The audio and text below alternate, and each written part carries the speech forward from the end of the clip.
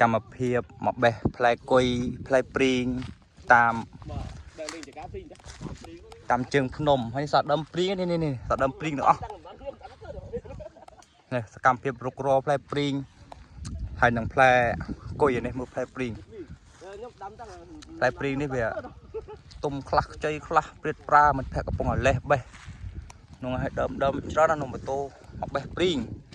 ហ្នឹងហើយជាការកំសាន្តលេងបេះហូបនេះសកម្មភាពរុករផ្លែព្រីងមកជាមួយនឹងព្រះអង្គនៃគុណវត្តចូលធីគិរីវ័នណានៅខាងកកងយើងព្រះអង្គនិមន្តមកដែរព្រោះថានេះនៅកណ្ដាលចិត្តវត្តដែរ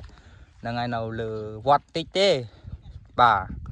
ហើយសកម្មភាពជិះតាមលើដងភ្នំនេះសប្បាយណាស់